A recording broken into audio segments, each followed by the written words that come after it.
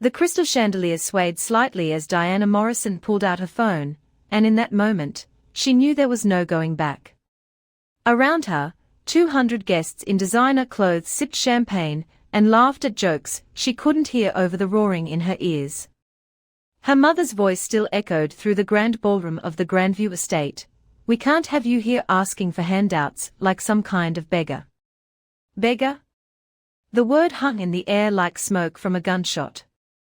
Diana had driven 3 hours from Boston for this celebration, her sister Isabel's post-wedding party, carrying a leather portfolio she never left home without and wearing the navy dress she'd bought specifically for tonight. She'd been excited. Hopeful, even. Foolish enough to believe that family still meant something. Catherine Morrison, her mother, blocked the entrance to the family table, her perfectly maintained face arranged in an expression of false sympathy that made Diana's stomach turn. Behind her, Diana's father Thomas stood silent, studying his shoes like they held the secrets of the universe. And there, beyond them both, was Isabel in her champagne-colored gown, looking at Diana with something that wasn't quite pity and wasn't quite triumph, but lived somewhere uncomfortable in between. "Given your financial situation," Catherine continued, projecting her voice just loud enough for the nearby tables to hear, "we thought it best if you didn't attend. It's embarrassing for everyone." Diana felt the weight of eyes on her. Society wives pretending not to stare. Business associates of her father's, watching with barely concealed interest. Garrett Trent, Isabel's new husband, the investment banker, who'd married into what he thought was old money, smirking behind his champagne flute. This was the moment Diana Morrison could have walked away. Should have walked away. Let them have their party, their illusions, their carefully constructed lies about who provided what in the Morrison family. Instead, she opened her portfolio. Her fingers were steady as she pulled out her phone and dialed. Nina Kovac, her business partner, answered on the first ring. "Nina, it's me. Authorization code Morrison 773 Delta." Catherine's expression shifted from false sympathy to confusion. "Diana, what are you?" "Revoke all payments from Morrison Holdings LLC effective immediately." Diana's voice was calm, professional, the same tone she used in boardroom negotiations. "Yes, all of them. The venue contract, the catering, the orchestra, the floral arrangements. Everything charged to account ending in 4491. "Diana." Catherine's voice rose sharply. "Stop this nonsense right now." But Diana kept talking, kept watching her family's faces as understanding began to dawn.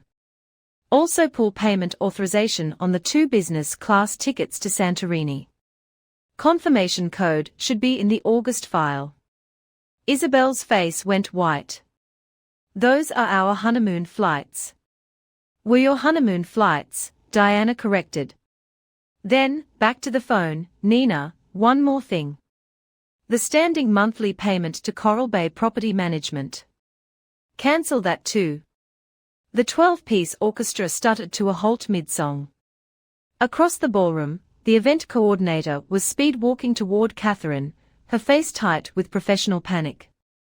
Catering staff had stopped serving the second course, standing frozen with plates in hand, clearly receiving instructions through their earpieces. Thomas finally looked up from his shoes. "Diana, sweetheart, there's obviously been some confusion." "No confusion, Dad." Diana slipped her phone back into her portfolio and pulled out a different document. "Would you like to see the vendor contracts? They all have my signature. Morrison Holdings LLC. My company. My accounts. My money." Garrett stepped forward, his investment banker confidence faltering. "This is insane. You don't have access to family accounts." Diana almost laughed. "There are no family accounts, Garrett. Did you check? Did you do your due diligence before you married into this family? Or did you just assume that the Morrison name meant Morrison money?" She handed him a copy of the main venue contract. Watched his eyes scan the signature line. Watched the color drain from his face. Show me anything that proves Dad paid for this event, Diana said, addressing her father now. Show me a bank statement. A cancelled check. Anything. The silence that followed was broken only by the sound of guests gathering their things, murmuring apologies, making hasty exits. The event coordinator reached Catherine and began whispering urgently. Diana caught fragments. Payment declined, wire transfer reversed, need alternate payment immediately. Catherine grabbed Diana's arm, her manicured nails digging in. You're ruining your sister's celebration. No, Mom. I'm just stopping payment on it. Diana gently extracted her arm. Would you like to know what else I've been paying for? The property taxes on the family estate for the last 4 years. Your country club dues. Isabel's wedding dress. The deposit on Garrett's Porsche. She pulled out the spreadsheet she'd prepared, the one she'd been maintaining for 6 years. Handed copies to each family member. I kept records, she said quietly. Every transaction. Every payment. Every time you told your friends that Dad was providing, I have documentation showing it was me. Thomas's hands shook as he took the papers.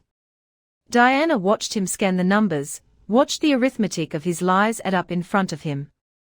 60,000 for estate maintenance. 18,000 for Catherine's club fees. 22,000 for Isabel's wedding expenses. The list went on and on. The family manager has offered us a private room, Catherine said, her voice tight, her social smile cracking at the edges. To resolve this payment issue. Diana followed them to a small conference room off the main ballroom, leaving behind the wreckage of the celebration. Through the windows, she could see guests streaming toward the valet station, the party dissolving like sugar in rain. In the enclosed space, the family dynamics shifted. No more performance for an audience.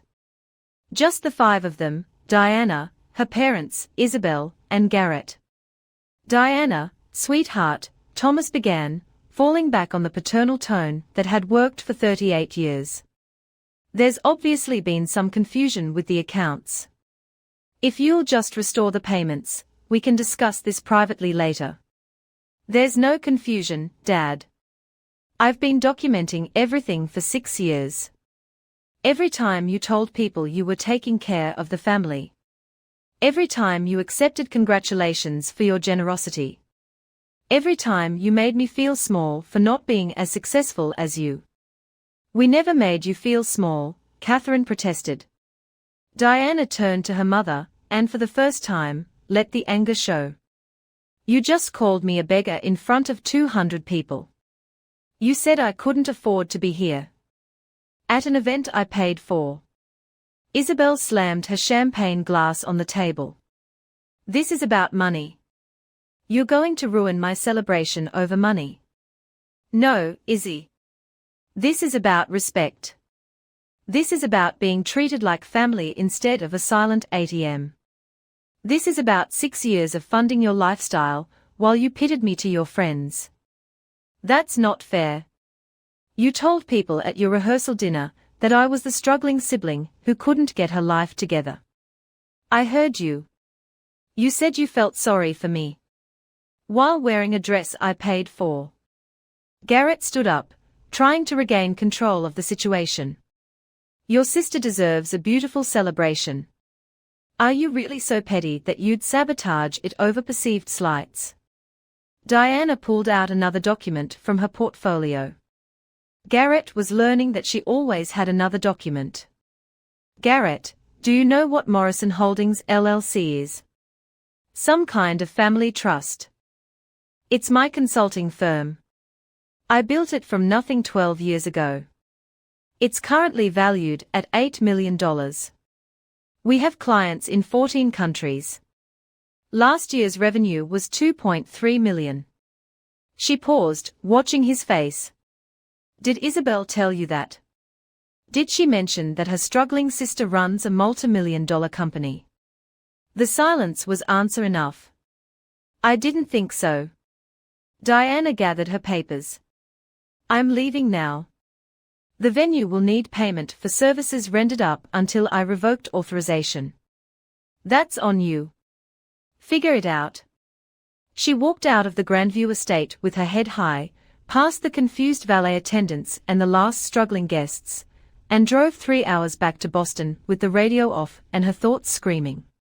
If you're already invested in Diana's story and want to see how she dismantles 6 years of lies with nothing but receipts and resolve, make sure you hit that subscribe button. This is a story about family, money, and the receipts that set you free. Trust me, it gets even more intense. Now, back to Diana's reckoning. 4 days later, Diana was working late in her Boston office when her phone rang. Lawrence Chen. Her parents' accountant. Lawrence was a good man, meticulous and honest, the kind of accountant who actually lost sleep over tax code ambiguities. Diana had referred clients to him over the years. They had mutual professional respect, which made this phone call all the more uncomfortable. Diana, I need to talk to you about your parents' tax filings. His voice was strained. There are irregularities. Diana set down her pen, her stomach already sinking. What kind of irregularities? They claimed ownership of a property in Cape Cod, Coral Bay Retreat. Took depreciation deductions, claimed rental income. But when I tried to verify the deed for this year's filing, I found the LLC that actually owns it. Morrison Holdings. Your LLC. The room seemed to tilt slightly. They claimed ownership of my property. They've been claiming it for 3 years, Diana. This is fraud. If the IRS discovers this before we correct it, they'll face serious penalties. Possibly criminal charges. Diana pulled up her property records on her computer, her hands moving on autopilot while her brain tried to process this new level of betrayal. How much have they claimed? In depreciation deductions alone, about $50,000. But the bigger issue is the rental income they reported. Income that never went through their accounts because it goes to your LLC. Because you own the property. Exactly. Lawrence's sigh was heavy. Diana, I can't be part of this. I'm legally obligated to file accurate returns.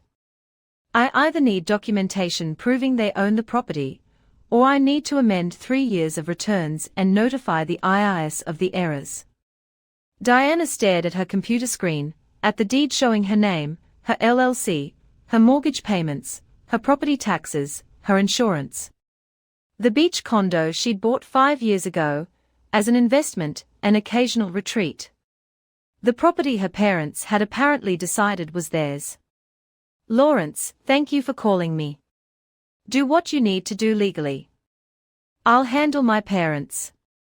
She hung up and immediately called Marcus Lane, her attorney and old law school friend.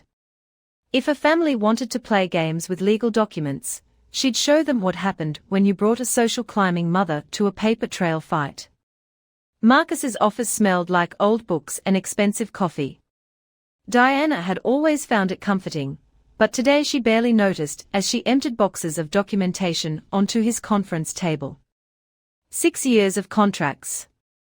Payment receipts. Property deeds. Bank statements.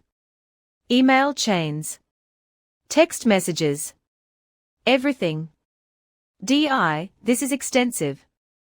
Marcus flipped through a folder of catering contracts, each one signed by Diana, each one paid from her accounts.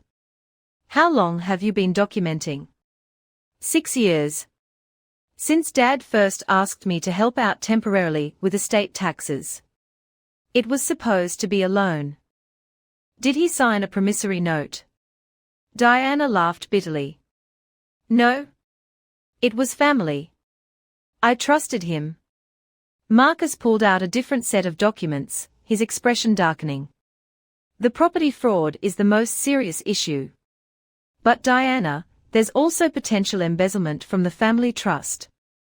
What trust? Your grandmother's trust. You're listed as a beneficiary. Your parents are trustees. He showed her statements she'd never seen before. According to these, they've withdrawn funds marked as educational expenses and emergency repairs.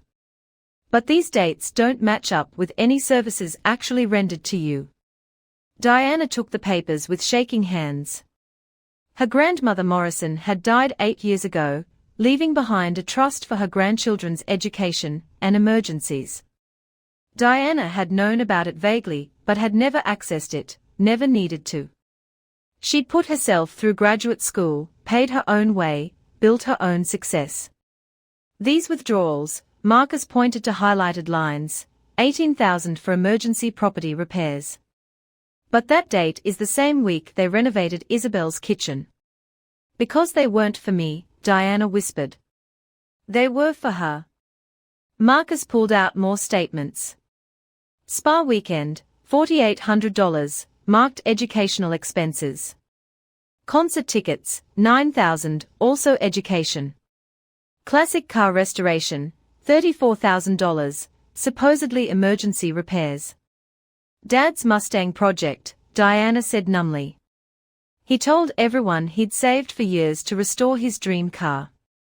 He paid for it with trust funds designated for your education, while you were actually paying your own graduate school tuition. Marcus closed the folder. Diana, this is actionable fraud. Trustee misconduct. We are not just talking about family drama anymore. Diana looked at the evidence spread across the table. 6 years of lies, documented in triplicate. Her family hadn't just taken advantage of her generosity. They'd stolen from her legally protected inheritance, while simultaneously taking credit for funding a lifestyle she was actually paying for. What are my options? Civil suit for restitution. Full repayment plus damages. The property fraud also gives us grounds for criminal charges, though that's harder to prove intent. I don't want them in prison. Diana's voice was firm. I want acknowledgement. I want them to admit what they did. Marcus looked at her with something like sympathy. That's harder than prison, Di. People like this don't admit wrongdoing. They justify it. Then I'll settle for legal proof. Diana started gathering the documents. Draft cease and desist papers for the property claim. Property reassignment documents. And I want a full audit of the trust. Every withdrawal. Every expense. Everything. This will destroy your relationship with them. Diana thought about her mother calling her a beggar. Her father's silence. Isabel's pity. 6 years of being the family ATM, while they painted her as the struggling daughter. There's no relationship left to destroy. The cease and desist papers were served at the Morrison family estate 3 days later. Diana wasn't there to see it, but she heard about it 15 minutes later when her mother called, screaming. How dare you send lawyers to our home? Your father is devastated. Diana was in a meeting with clients, but she stepped out into the hallway. He committed fraud, Mom. He claimed ownership of my property on tax documents. It's family property. We thought of it as ours. The deed has my name. The mortgage payments came from my account. The property taxes, insurance, maintenance, all mine. You don't get to think of it as yours on your tax returns. Her father's voice came on the line, taking the phone from Catherine. Diana, this is going too far. We can work this out privately. You had 6 years to work it out privately. You chose to take advantage instead. Now we do this legally. I'm your father. You can't sue your own father. Diana looked at her reflection in the hallway window. 38 years old. Built a multimillion-dollar business from scratch. Funded her family's lifestyle while they called her a beggar. Something inside her, some final thread of daughterly obligation, snapped clean. Watch me. She hung up. The full audit results came back 3 weeks later. Marcus spread them across his conference table like a coroner laying out evidence. Diana sat across from him, Nina beside her for moral support, and read through the accounting of her family's betrayal. Kitchen renovation, $18,700, withdrawn as emergency repairs. Actually used for Isabel's kitchen remodel, complete with Italian marble countertops and custom cabinetry. Spa retreats totaling $4,800 over 2 years, marked as educational expenses for Diana. Actually her mother's monthly spa weekends at an exclusive resort in Vermont. Concert tickets, $9,000 for front row seats to exclusive events, marked as educational materials. Diana had been working 80-hour weeks during those concerts, building her business while her family enjoyed shows she'd unknowingly funded. The Coral Bay condo, $52,000 in payments her parents had never acknowledged making because they'd never made them. Total misappropriation, Marcus said quietly, $143,000 across 6 years. Diana stared at the numbers. Each line item was a lie. Each withdrawal was a betrayal. Each false designation was her family choosing comfort over honesty, luxury over integrity, their lifestyle over her trust. They stole from their own daughter's inheritance to fund their lifestyle. Technically, they stole from the trust your grandmother established. You were the beneficiary. They were supposed to protect it. Nina put a hand on Diana's shoulder. What do you want to do? Diana had been asking herself that question for 3 weeks. In the quiet hours of the night, when sleep wouldn't come and the numbers danced behind her eyelids. What did she want? Revenge. Justice. Acknowledgement. An apology that would never come. I want them to admit what they did. I want it on record. I want everyone who ever pitied me, everyone who ever thought I was the struggling Morrison daughter, to know the truth. That's what a court case gives you, Marcus said. Public record. Legal judgment. Official acknowledgement. Then that's what we do. Now, if you're wondering whether Diana is going too far or if her family deserves everything coming to them, drop a comment below. Would you pursue legal action against family? Would you let it go? Let me know, because Diana's about to face the hardest test of her resolve. And make sure you've hit that like button if you're Team Diana, because what happens next will test everything she believes about family, justice, and the price of respect. 22 days after the catastrophic celebration, Diana sat in Harbour Coffee House across from Evelyn Hart, the Morrison family's attorney. Evelyn was exactly what Diana expected, polished, expensive, and armed with a settlement offer designed to make this all go away quietly. Ms. Morrison, Evelyn began, sliding an envelope across the table. My clients are prepared to offer full restitution. $143,000 plus 6% interest. In exchange, you sign a non-disclosure agreement and drop all claims. Diana didn't touch the envelope. They want to pay me to be quiet. They want to resolve this matter privately. Family matters should stay within the family. This stopped being a family matter when they committed fraud on legal documents. Evelyn's expression didn't change, but something flickered in her eyes. Respect, maybe. Or recognition of a worthy opponent. The tax issue was an error, Ms. Morrison. My clients believed in good faith that they had ownership interest in the Cape Cod property based on their financial contributions to family expenses over the years. Show me one bank statement, Diana interrupted. One cancelled check. One shred of evidence they paid for anything related to that property. Evelyn was silent. That's what I thought. Diana stood up. Tell your clients I'll see them in court. Ms. Morrison, think carefully. A court case will be public record. Your family's financial difficulties will be exposed. Your father's reputation in the business community. His reputation is built on my money and lies. Let it fall. Diana picked up her bag. We're done here. She walked out of the coffee house into the autumn air, breathing deeply, feeling lighter somehow despite the weight of what she'd just chosen. No easy money. No silence. No sweeping this under the expensive Persian rugs she'd helped pay for. Just truth, cold and hard and public. 2 days later, her father appeared at her office. Diana's assistant called up, voice uncertain. Mr. Morrison is here. He doesn't have an appointment. Diana sat at her desk, staring at her computer screen without seeing it. She could refuse him. Should refuse him. But some stubborn part of her wanted to hear what he had to say. Send him up.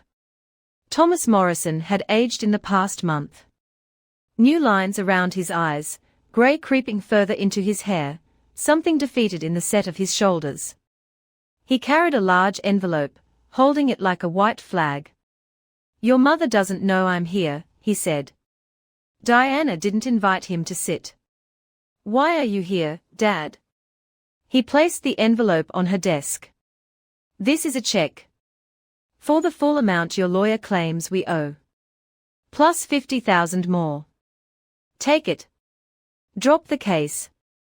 We can move past this. Diana looked at the envelope, but didn't open it. Is it your money? What? The check. Is it from your account?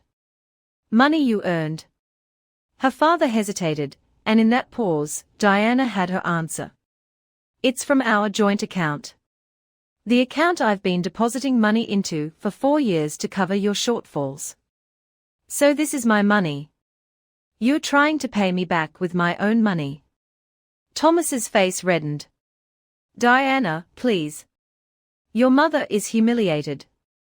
Isabel won't speak to us. The family is falling apart. The family fell apart when you decided I was an ATM instead of a daughter. I gave you everything growing up.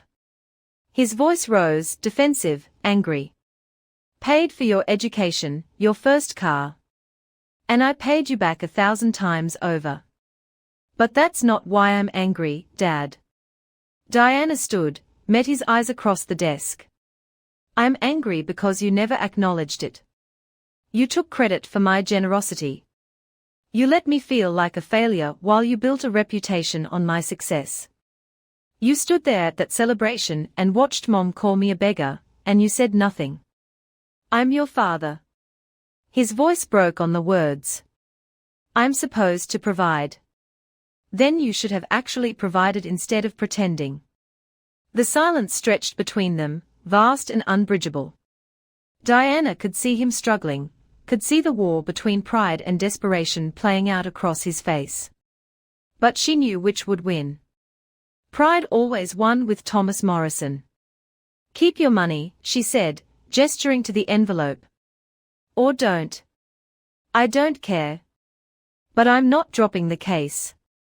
Her father left without another word, leaving the check on her desk. Diana didn't touch it, even after he was gone. Eventually, Nina came in and quietly put it in the office safe, and Diana went back to work, ignoring the texts that were already flooding her phone. The family reaction was predictable and vicious. Isabel posted on Instagram about toxic family members who choose money over love, carefully framed against a background of luxury Diana had funded. Catherine sent an email to every extended family member, painting Diana as ungrateful, grasping, vindictive. The Morrison family WhatsApp group exploded with messages Diana was no longer part of, but heard about anyway through screenshots from concerned cousins. Only Charles, her younger brother, sent a direct text. I don't understand everything that's happening, but I believe you. Whatever you need. Diana saved that message. Printed it. Put it in a frame on her desk next to the photo of her grandmother, the woman whose trust had been raided to fund classic cars and spa weekends. The court date was set for 60 days out. Diana spent those 2 months working, documenting, preparing. Marcus built an airtight case. Nina ran the business while Diana handled the legal storm. And slowly, quietly, Diana began the process of removing her family from her life. She changed the passwords on all shared accounts. Removed her parents as emergency contacts. Updated her will. Took down the family photos in her apartment and replaced them with images of her team, her mentors, her chosen family. It felt like surgery. Necessary but painful. Cutting away infected tissue to save the healthy parts. The hearing was procedural, almost boring in its formality. Suffolk County Courthouse, civil proceedings, Judge Patricia Holloway presiding. The courtroom was half empty, just the necessary parties and a few journalists who'd caught wind of the case. Diana sat with Marcus and Nina on one side. Her parents sat with Evelyn Hart on the other. Charles sat behind Diana, not behind his parents. That small choice meant everything. Evelyn presented her case first, arguing good faith misunderstanding, family complexities, shared resources. She was smooth, professional, almost convincing if you didn't have the paper trail Marcus had assembled. Then Marcus stood up and methodically destroyed every argument with documentation. Property deeds with Diana's name. Tax returns with false claims. Trust statements with fraudulent designations. Bank records showing Diana's payments for everything the Morrisons had claimed to provide. The evidence was crushing. Undeniable.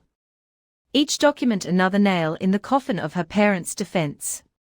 Judge Holloway reviewed everything in silence, her expression neutral. Diana watched the judge's eyes move across the papers, watched her make notes, watched justice being weighed on scales Diana couldn't see. Finally, the judge looked up. This court finds clear evidence of unauthorized use of trust funds and fraudulent property claims. While I'm not pursuing criminal charges, I want to be clear that this behavior constituted fraud. She looked directly at Thomas and Catherine. You exploited your daughter's success and generosity. This judgment stands as public record of that exploitation. The ruling came swift and comprehensive. Property title legally transferred to Diana Morrison with no parental claim. Restitution ordered in the amount of $143,000 plus court costs and interest. Parents barred from accessing any accounts connected to Morrison Holdings LLC. Amended tax returns to be filed with the IRS within 30 days. The gavel came down with a sound like a door closing. Final. Irreversible. Diana's parents left the courtroom without looking at her. Catherine walked with her head high, still maintaining the appearance of dignity even as the judgment stripped away her pretenses. Thomas looked smaller somehow, diminished by the truth being made official. Charles hugged Diana outside the courthouse. "I'm proud of you," he said simply. And Diana cried for the first time since this whole nightmare began, standing on the courthouse steps with her baby brother's arms around her, mourning the family she'd thought she had and celebrating the freedom she'd won. 6 months later, Diana stood in a different kind of room, giving a different kind of speech. The Parker Foundation, named after her grandmother's maiden name, occupied a modest office in downtown Boston. 20 people gathered for the launch event, mostly grant recipients and board members, nothing like the opulent disaster at the Grandview estate. This felt real in a way that celebration never had. "My grandmother believed in investing in family," Diana said, looking out at faces that were actually listening, actually present. "But she also believed that family is defined by support, not just blood. This foundation honors her legacy by supporting women who, like me, built success without family backing. Or despite family obstacles." The first round of grants went to 5 women. A single mother finishing her nursing degree. An immigrant starting a tech company. A teacher going back for her doctorate. A survivor of domestic violence launching a non-profit. A first-generation college student studying engineering. Each one had a story that echoed Diana's own in some way. Each one had been told they couldn't, shouldn't, wouldn't. Each one had done it anyway. Charles stood with the board members now, having taken a position with Diana's consulting firm after graduating. He was good at the work, had his own talent that had nothing to do with the Morrison name. Diana was teaching him what her father never taught her, that success you build yourself is the only kind worth having. Nina handed out grant certificates, her organizational genius making the whole event run smoothly. Marcus had handled the legal incorporation, setting up the foundation as a permanent legacy. And in the back of the room, framed on the wall, was a photo of Diana with her grandmother, the only family photo she'd kept. The Morrisons weren't there. Diana hadn't invited them. Hadn't spoken to them since the court hearing.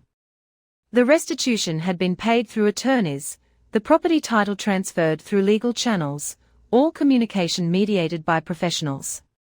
She'd heard through Charles that Thomas had resigned from several boards, his reputation damaged by the public court record. That Catherine had been quietly dropped from her most prestigious social clubs. That Isabel and Garrett had moved to California, putting distance between themselves and the scandal.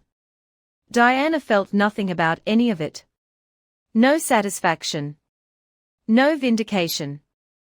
Just the quiet peace of a chapter closed.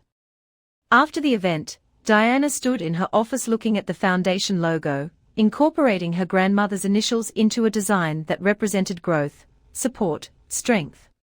She'd sold the Coral Bay condo and put the proceeds into the foundation endowment.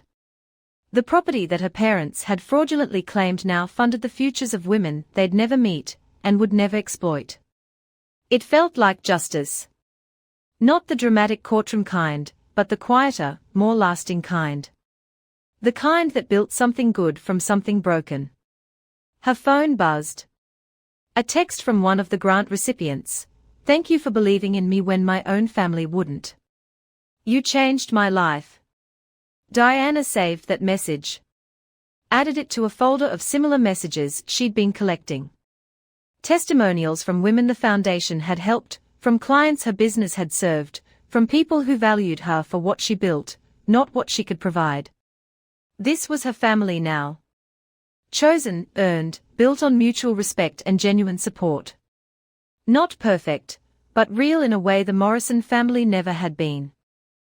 And if you've made it this far in Diana's journey, if you've stayed with her through betrayal and legal battles and the painful process of choosing yourself over family obligation, then you understand why this story matters. Hit that subscribe button if you believe in standing up for yourself, in demanding accountability, in using your success to lift others up instead of propping up people who tear you down.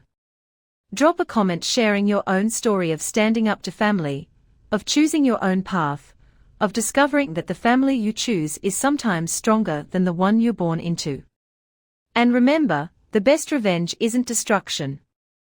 It's building something so beautiful, so meaningful, so true that the lies can't touch it. Thanks for being here. Thanks for listening. And remember, you are not your family's ATM. You are not obligated to fund their fantasies. You are worthy of respect, honesty, and love that doesn't come with a price tag hidden in the fine print. Diana Morrison learned that the hard way. But she learned it. And now, standing in her foundation office, surrounded by the tangible proof that pain can be transformed into purpose, she finally understood what her grandmother had tried to teach her all along. Family isn't about blood. It's about who shows up. Who stays honest. Who loves you for who you are, not what you can give them. And sometimes, the greatest gift you can give yourself is the permission to walk away from people who will never see your worth, and toward the people who already do.